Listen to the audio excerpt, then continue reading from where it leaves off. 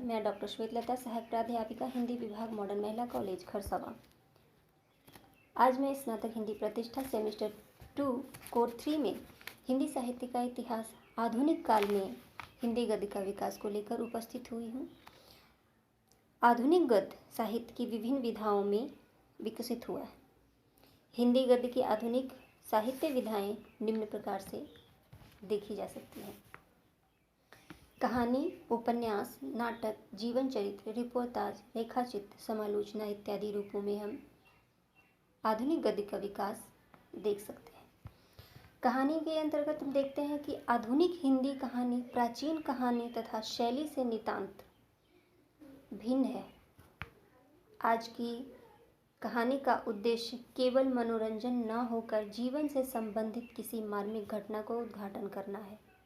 आज की कहानी में कथा वस्तु, चरित्र चित्रण, कथोपकथन शैली तथा उद्देश्यपरक कहानीकार अपनी प्रतिभा का चमत्कार दिखाता है। विषय की दृष्टि से भी अनेक प्रकार की कहानियाँ लिखी जा रही हैं।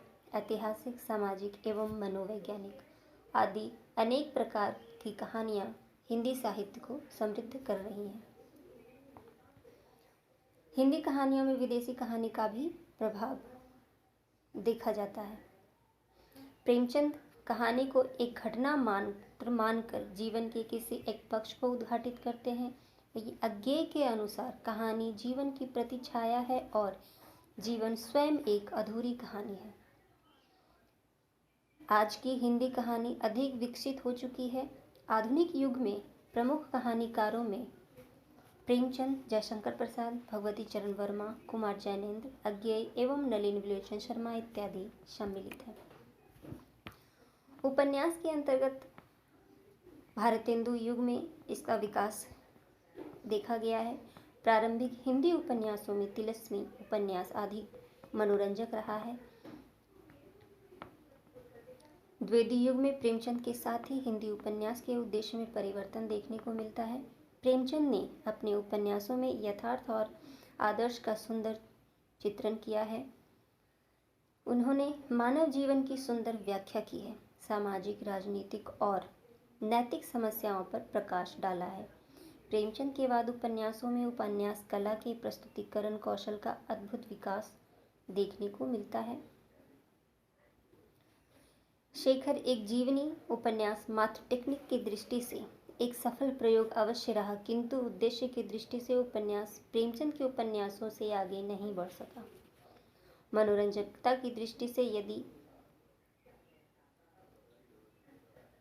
धर्मवीर भारती का उपन्यास देखा जा सकता है, तो विजय की दृष्टि से भी इन उपन्यासों में विभिन्न रूप सामने आए हैं।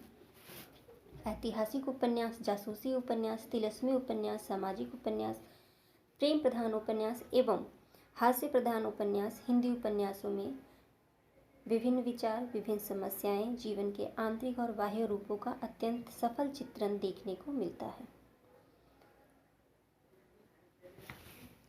आज के हिंदी उपन्यासों में सामूहिक और शाश्वत समस्याओं का चित्रण किया जा रहा है, किंतु मनोरंजकता का तत्व उपन्यासों में घटता जा रहा है, जो चिंतनीय है। द्वितीय विकास में प्रेमचंद और प्रसाद ने बहुत ख्याति पाई है। अज्ञेय, जैनेन्द्र, वृंदावन लाल वर्मा, इलाचंद जोशी, भगवती चरण वर्मा, यशपाल और हिमांशु श्रीवास्तव आदि ने इस दिशा में सुंदर एवं सफल कार्य किया है।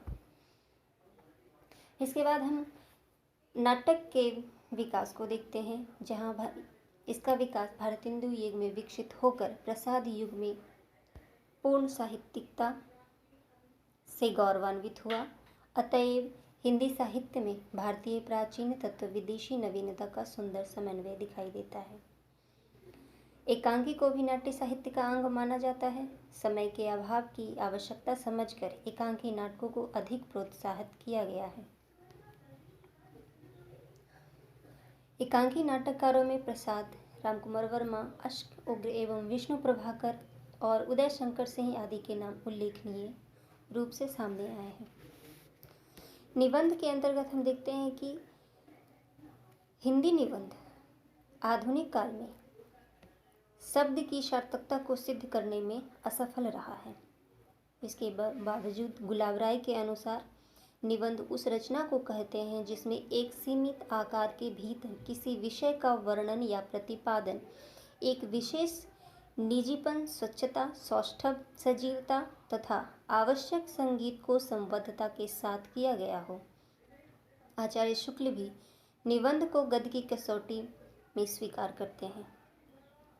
बालकृष्ण भट्ट के निबंधों का विकास हजारी प्रसाद द्विवेदी के निबंधों में देखा जा सकता है। आज विवेचनात्मक, गवेषणात्मक, भावात्मक अनेक प्रकार के निबंध लिखे जा रहे हैं। आधुनिक निबंधकारों में नंदुलारी वाजपेयी, नगेंद्र, हजारी प्रसाद द्विवेदी, डॉक्टर रामविलास शर्मा और शिवदान सिंह चौहान विशेष उल्लेखनीय हैं। जीवन चरित्र में किसी व्यक्ति का व्यक्तित्व विभिन्न परिस्थितियों और प्रसंगों के बीच चित्रित किया जाता है। जीवनीय दो रूप के हैं, आत्मकथा के रूप में तथा अन्य किसी व्यक्ति द्वारा वर्णनात्मक रूप में लिखा जाना। हिंदी में दोनों प्रकार की जीवनियाँ लिखी गई हैं। पंडित नेहरू, डॉक्टर राजेंद्र प्रसाद तथा गांधी जी ने अपनी जीवनी स्वयं लिखी है। संस्मरण में व्यक्ति अपने अनुभव खंडों को व्यक्त करता है, किंतु जीवनी एवं संस्मरण एक ही नहीं समझी जाती है। हिंदी में संस्मरण लिखने वाले साहित्यकारों में पंडित बनारसी दास चतुर्वेदी, शिवपूजन सहाय, रामवृक्ष बेनीपुरी, रामनाथ सुमन और महादेवी वर्मा का नाम प्रमुख रूप से आता है। रिपोर्टाज यह अंग्रेजी की रिपोर्ट से बना हुआ है। इसमें लेखक अपनी देखी हुई घटनाओं का प्रत्यक्षदर्शी की तरह ही वर्णन करता है। हिंदी में यह नवीन प्रयोग समझना चाहिए। रिपोर्टाज लेखकों में प्रकाश चंद्र गुप्त, प्रभाकर माचवे, रांगे राघव और अमृत राय नाम आदि प्रसिद्ध हैं। रेखाचित्र लेखनी के माध्यम से किसी घटना अथवा दृश्य का चित्र साकार करना रेखाचित्र कहलाता है।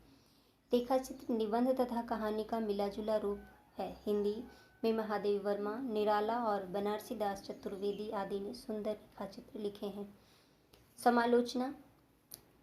समालोचना द्वारा लेखक किसी रचना का मूल्यांकन करता है, अर्थात वह कृति के गुण दोषों का विवेचन करता है। डॉक्टर श्याम सुंदर दास ने कहा है, हम साहित्य को जीवन की व्याख्या माने तो आलोचना को इस व्याख्या की व्याख्या मानना पड़ेगा।